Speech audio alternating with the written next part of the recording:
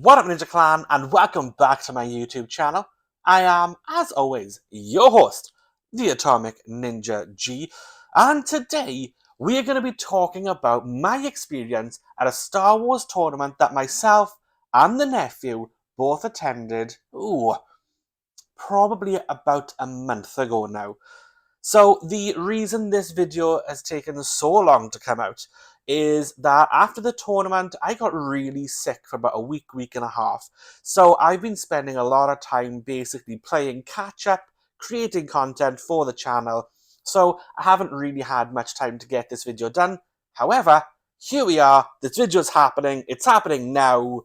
Yes. So the nephew and I both attended a Star Wars Unlimited Shadows of the Galaxy tournament in Firestorm Games. There is a link in the description below if you want to go check out their store and buy some Star Wars Unlimited yourselves. We went there, and in the entire tournament there were 9 players. Now, if you ranked in the top 8, you would get a promo card. If you ranked top 4, then you would get an extra promo card. And if you ranked either first or second, you would get a third additional promo card. So there was the opportunity for 1 or 2 players really to walk away with a full play set of that particular promo card. And I'll be honest with you, I can't remember what the promo card was. And that should really tell you everything about where I ranked. So there were 9 players. Top 8 got a card, and it meant that 1 was guaranteed to not get any cards, and that player was me. So after all our practicing and all my preparing and deck building and all that jazz, I lost every game. And I came 9th. Now, it must be me in tournaments, because I'm a decent player, but apparently when it comes to tournaments, I just can't play at all. For example, in my first game, I could have epic actioned, and I totally forgot that was a mechanic in the game. And I didn't do it until my opponent epic actioned, and I was like, oh yeah, I forgot I could do that. So, I don't know what it is about tournaments and me, guys, but I just go to pieces. I can't play in tournaments at all. I'm rubbish. But just for entering, I did get a bunch of cool stuff, which I'm going to show you. So first off, everyone, just for entering, got 3 packs of Shadows of the Galaxy, which I'm very excited to open with you guys, because I've been sitting on these for like a month. So, yeah. We also got a promo pack. So in here are 3 cards, and one of them is a promo card.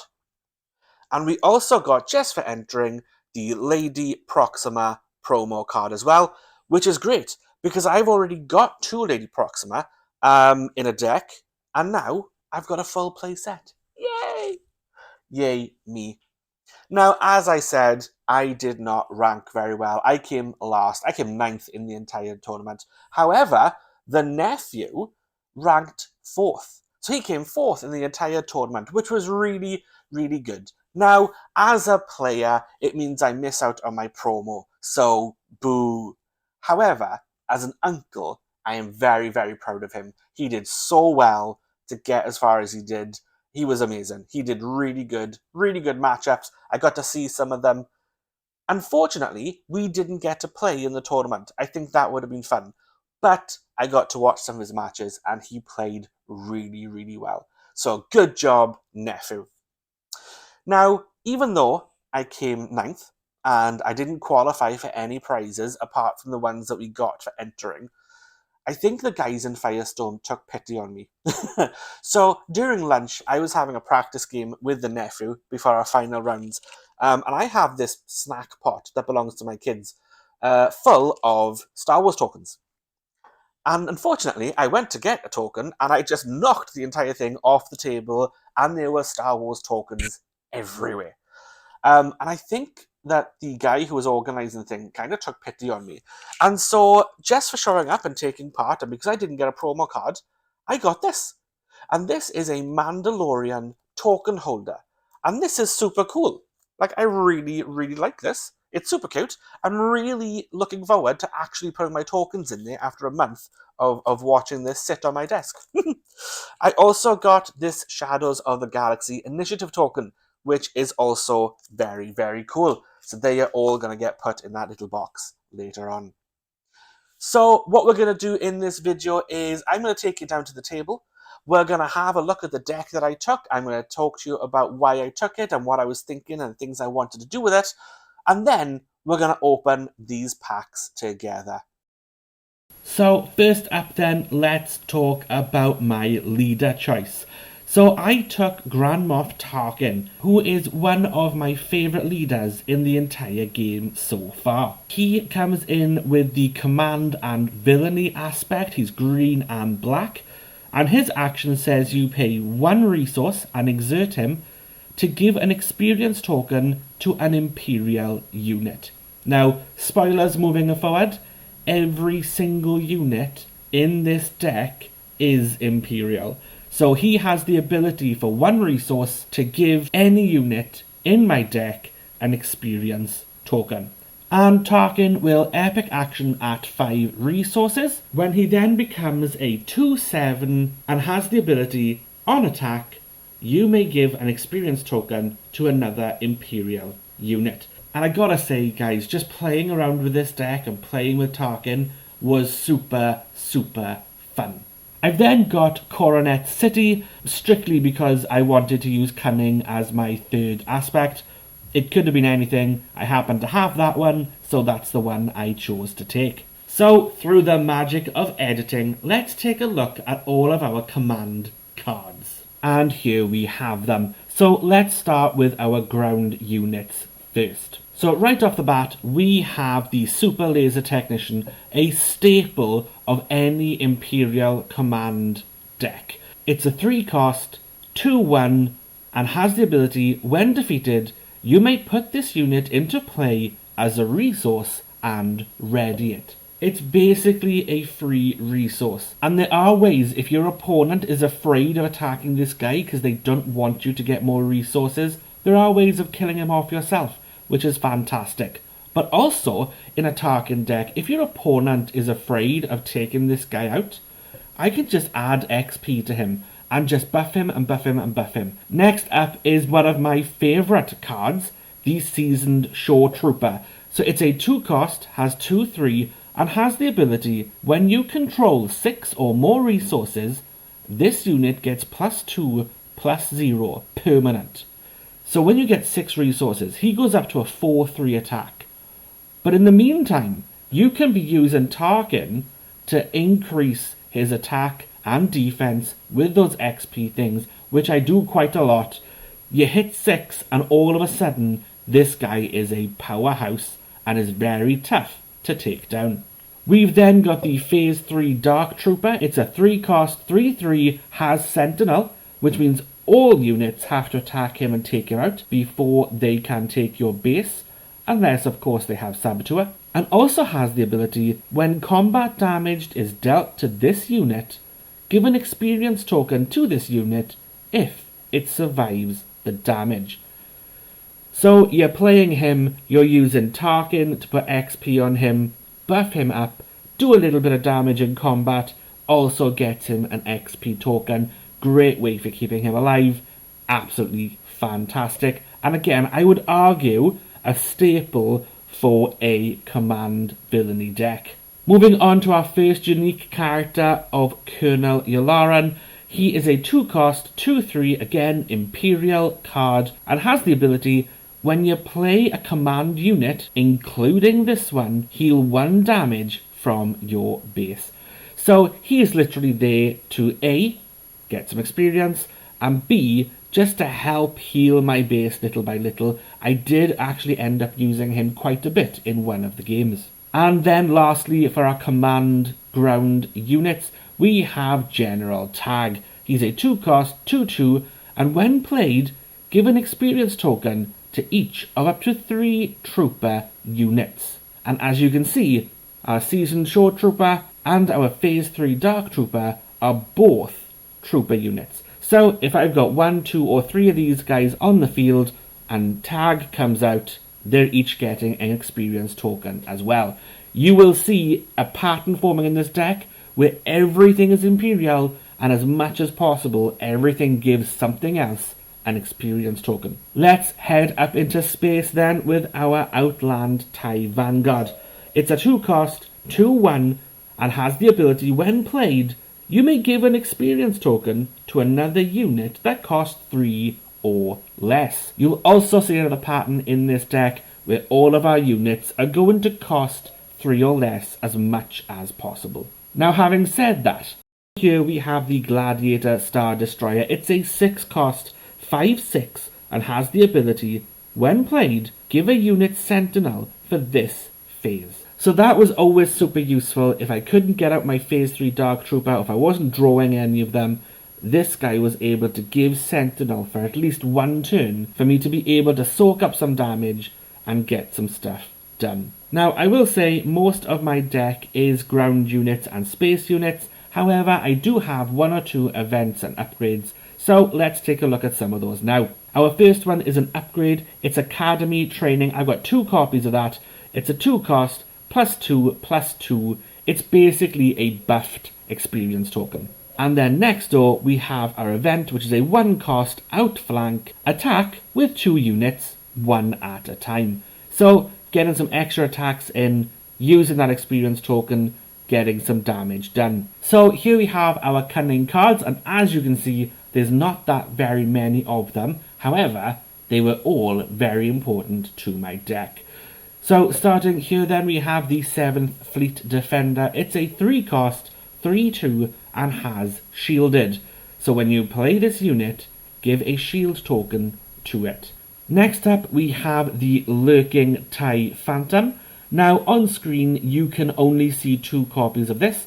On the day I did borrow a copy of this from the nephew, so I had a full playset on the day. So it is a 3-cost, 2/2 Imperial ship and has Raid 2. So this unit gets +2 while attacking. Also, this unit can't be captured, damaged, or defeated by enemy card abilities. Next up, we have 1 copy of Chimera. It comes in at an 8-cost, making it the most expensive card in this deck. It's an 8/7, has shielded, so when it enters play, it has a shield put on it, and has an on-attack ability, which says, name a card. An opponent reveals their hand and discards a card with that name from it. Now, I took Chimera because I just wanted a big beefy ship that I could use, where I could do a lot of damage, and I kind of anticipated, and rightly so, that some people wouldn't bother taking space units at all. Next up, we have Smuggling Compartment.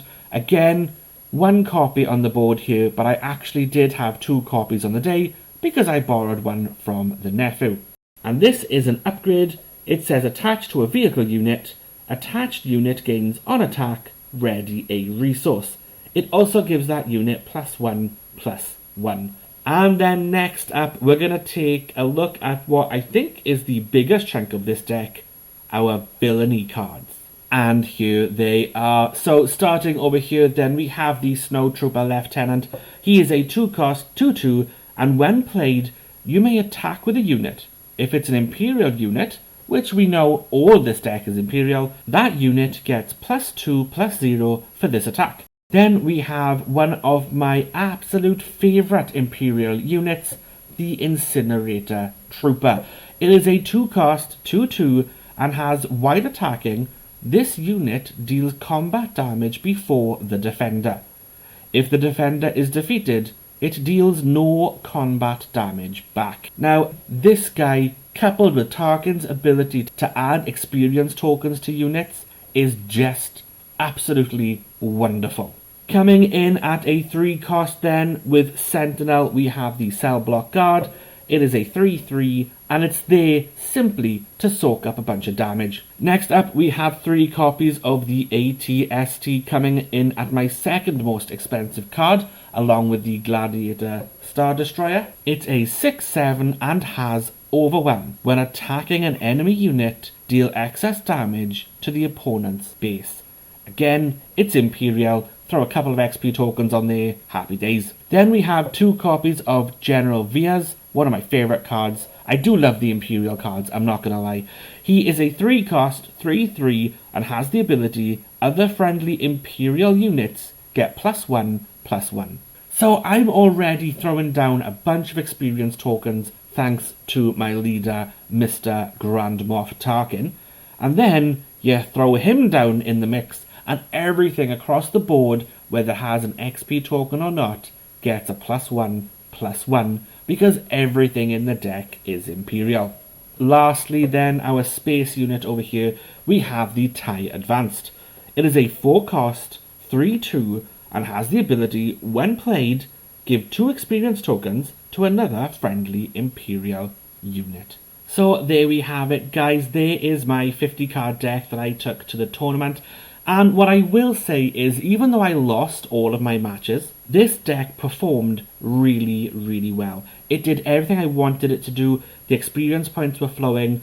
Now, obviously, there was that first game where I could have epic actioned Grand Moff Tarkin at 5 resources, and I totally forgot for like 2 turns until my opponent did it. That obviously wasn't ideal, but every other game, it worked really, really well. And even in that first game where I forgot to epic action, we almost went to time for that match. The only person I played that really gave me a massively hard time was the guy who went on to win the entire tournament. So I don't feel so bad that I lost against that guy pretty quickly and pretty convincingly. One weakness of this deck that I did discover on the day is that because I have lots of little units, and the entire point of this deck is a slow burner to start, you build it up with XP, and if I get so far I become a major problem because everything's buffed up to the max. The big weakness of this deck is if I come across big units early on, this deck then really struggles to stay competitive.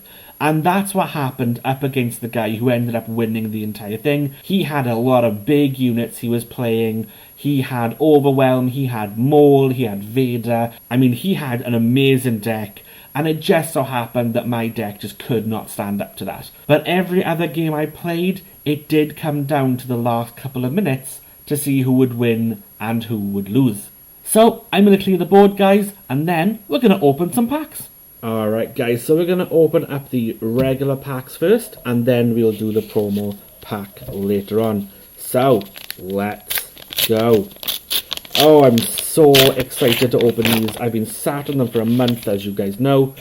So, let's see what we got. So, oh yeah, I forgot. We get leaders. Oh, we got a Hyperspace Finn. Nice.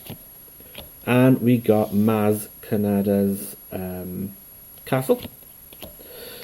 You got Vambrace Grapple Shot.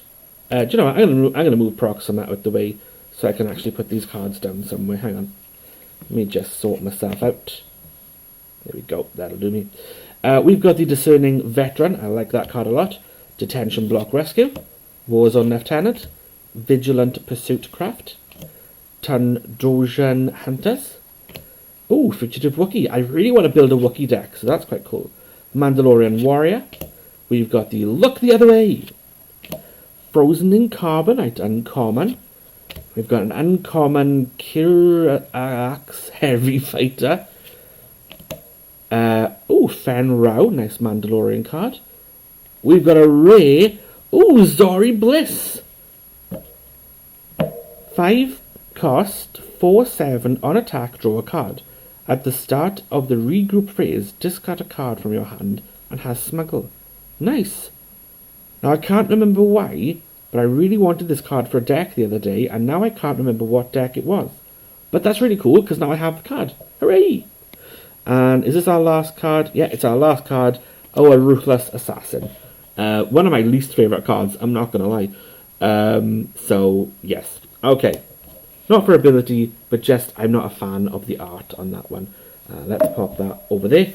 Let's do the Bo-Katan pack next. If I can get it open. I do love that noise.